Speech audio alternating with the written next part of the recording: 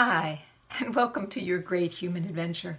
I'm Dr. Michelle Pedicola, founder of Secrets of Life and Death and Second Chance Secrets, giving you a second chance to make the most out of this amazing human adventure.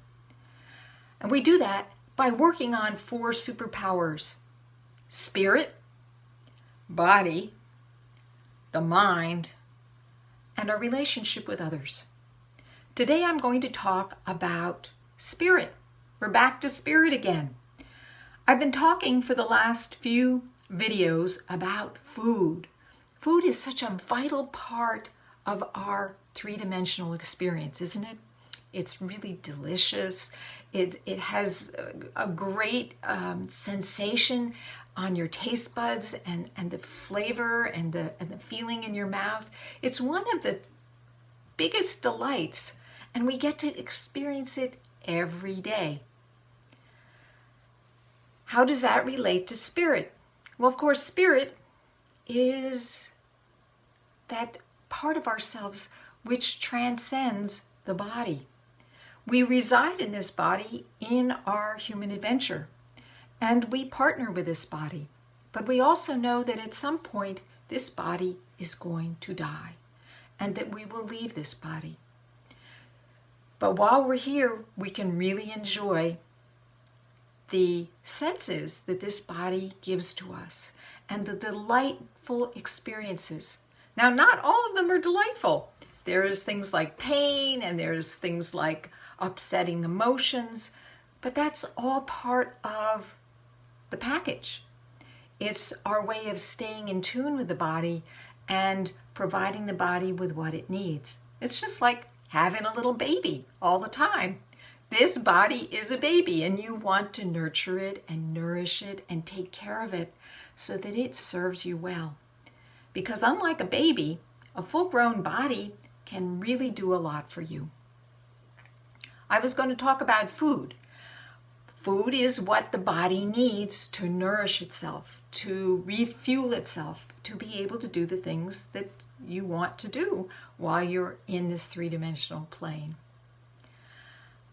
Spirit is, or our access to spirit is influenced by the food that we eat. You probably didn't know that, but it's true.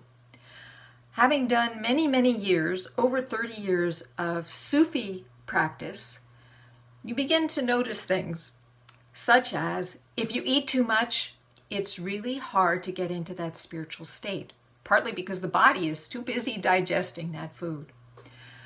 So often when I would go to the spiritual retreat in the summer, I would not eat a lot of food. In fact, only 1 meal a day, because in doing that, I would allow myself, the spiritual part of myself, to really engage in the activities that put us in a higher state of consciousness and mindset. What I've noticed are there are certain foods that are counterproductive, such as caffeine. One time I was going to a workshop and I had a cup of tea, which is not even coffee, and I could not get into that meditative state. My mind was running the marathon. It was going nonstop. And that, of course, is why we like caffeine, why we drink coffee, is because it allows the left side of our brain to think and problem solve and figure things out.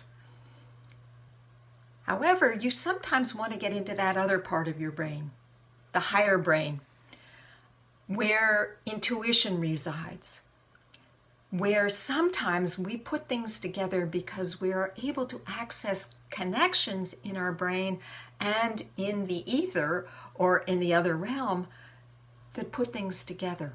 So it's good to have a balance. I like to meditate in the morning before I've eaten. I fasted all night long, and it's a good time to meditate. Or late at night, just before going to bed, because you're already tired, you're already sort of in that liminal state. So how do you work with this whole thing of food and spirit? I've already made some suggestions. For example, eat slowly so that you can savor your food and experience it and make it like a prayer. Then you have both, the best of both worlds, the spirit and the body. That's all I have for today. Be brilliant. Pay attention. Take care of your body.